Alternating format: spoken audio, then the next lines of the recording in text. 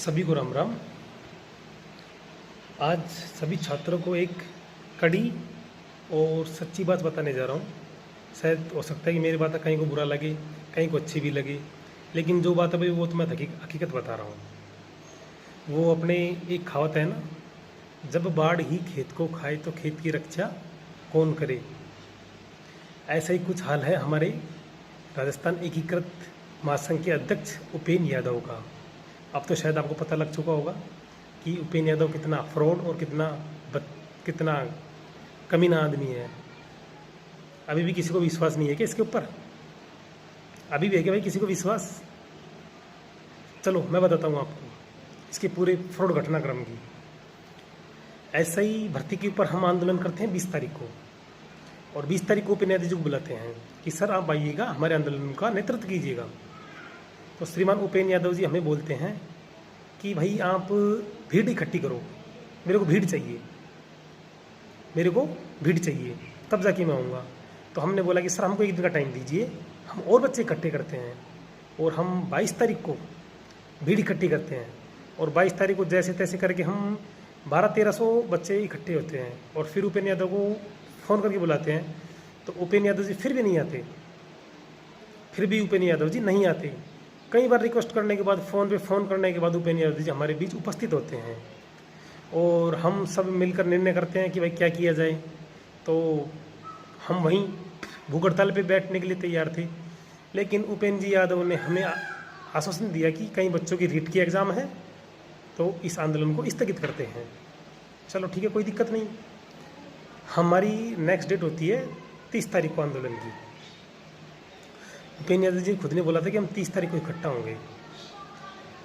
हम सभी बच्चों को उसे आग्रह करते हैं, सभी बच्चों से मिलते हैं, फ़ोन करते हैं भाई आप भी आंदोलन में आइएगा, आप भी आंदोलन में आइएगा। लेकिन 29 तारीख को दोपहर के करीब 12-1 बजे की बात है, उपेंद्र यादव जी ट्वीट करके बोलते हैं, उपेंद्र यादव जी ट्वीट करके बोलते हैं कि आंदोलन 10 बजे की जगह 1 बजे किया जाता है।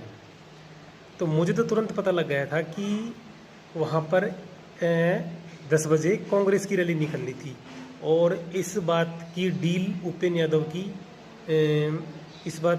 यादव की हो चुकी थी। किनसे? गवर्नमेंट से।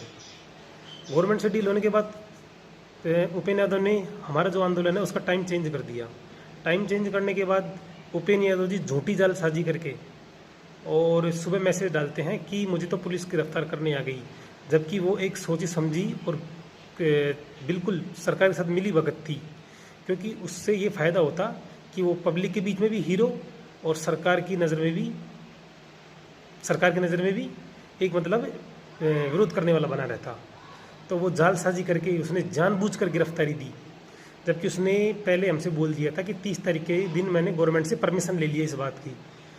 हमने धीरे धीरे इसके बारे में पता किया, पता लगते लगते हम इस निष्कर्ष पर पहुँचे कि उपेंद्र यादव जी ने 10 तारीख को विधानसभा का घेराव रखा था। तो उसमें हमने कई सूत्रों से और हमारे कई IT सेलों से मालूम किया, उपेंद्र यादव जी की 7, 8 और 9 सितंबर की जो मोबाइल लोकेशन थी वो CM ऑफिस में पाई गई। तो इसका मतलब साफ साफ जाहिर होता है कि उपेंद्र यादव गवर्नमेंट से मिला हुआ है। मेरी बात का विश्वास करो बच्चों, मेरी बात का अभी विश्वास करना। आप एक बार पूरे घटनाक्रम को बड़े ध्यान से देखो, पूरे घटनाक्रम को बड़े ध्यान से देखो, आपको कुछ ना कुछ क्लू जरूर हाथ लगेगा। बिल्कुल पूरे घटनाक्रम का ध्यान से एनालिसिस करना, आपको कुछ ना कुछ क्लू जरूर हाथ लगेगा। उसके बाद में क्या होता है कि उपेंद्र यादव जी को गिरफ्तार कर लेती है पुलिस और 5 बजे रिहा कर देती है। फिर भी हम बुलाते हैं यादव जी आ जाओ, यादव जी आ जाओ, उपेंद्र जी आ जाओ, उपेंद्र जी आ जाओ, लेकिन उपेंद्र जी यादव नहीं आते हैं। 6:30 बजे की बात है, पुलिस लाठीचार्ज करती है बच्चों के ऊपर कि आप यहाँ से हट जाओ, आपको आंदोलन नहीं करने दिया जाएगा।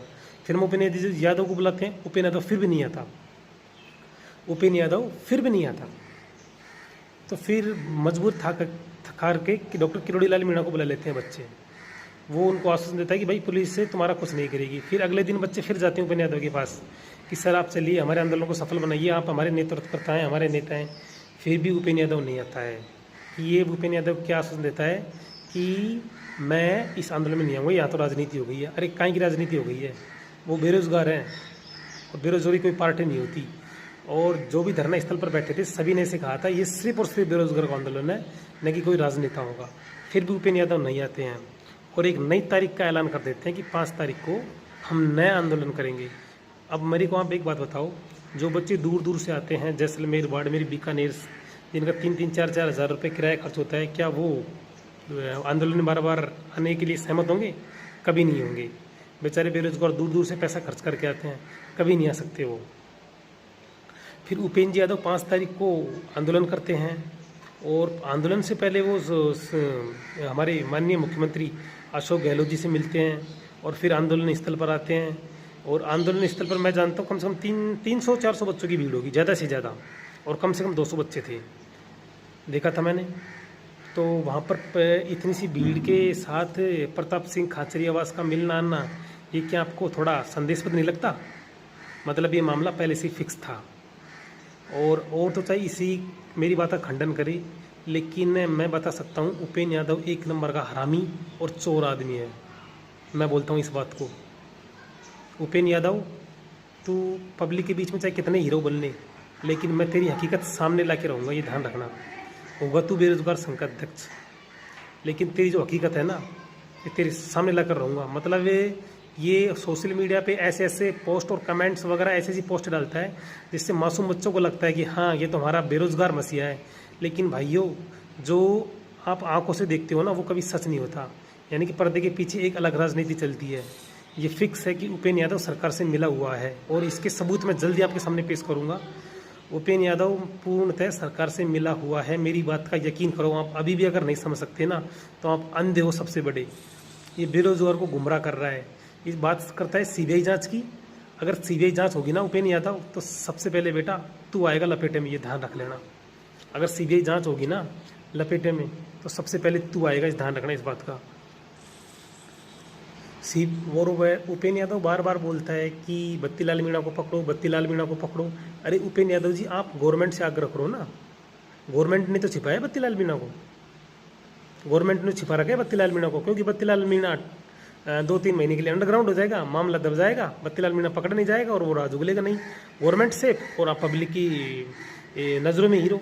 और एक और बात बताता हूँ आपको, गवर्नमेंट ने जो नीमराना कॉलेज से जो 6 बच्चे गिरफ्तार किए थे, पता है इनको अभी तक क्यों नहीं छोड़ा? उनको ऊपर केस दर्ज किया है, उनको इस वजह से रिहा नहीं किया क्योंकि उनके ऊपर जो केस लगा हुआ है राजकार्य में बाधा डालने का, उनको उपेंद्र यादव इस बात का विरोध करेगा और वो सरकार उन बच्चों को छोड़ देगी, और उपेंद्र यादव एक बार फिर पब्लिक की नज़रों में हीरो बन जाएगा। मतलब उपेंद्र यादव बच्चों के साथ ऐसे ऐसे पैंतरे खेलता है, लेकिन ये राजनीति ज़्यादा दिन तक नहीं चलेगी। बच्चों, मेरी बात का यकीन करो, मैं सच बोल रहा हूँ।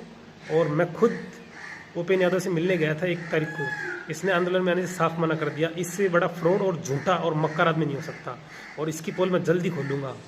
ठीक है बच्चों, जल्द मिलते हैं दोबारा। इसकी एक नई अपडेट लेके आऊँगा अब की बार।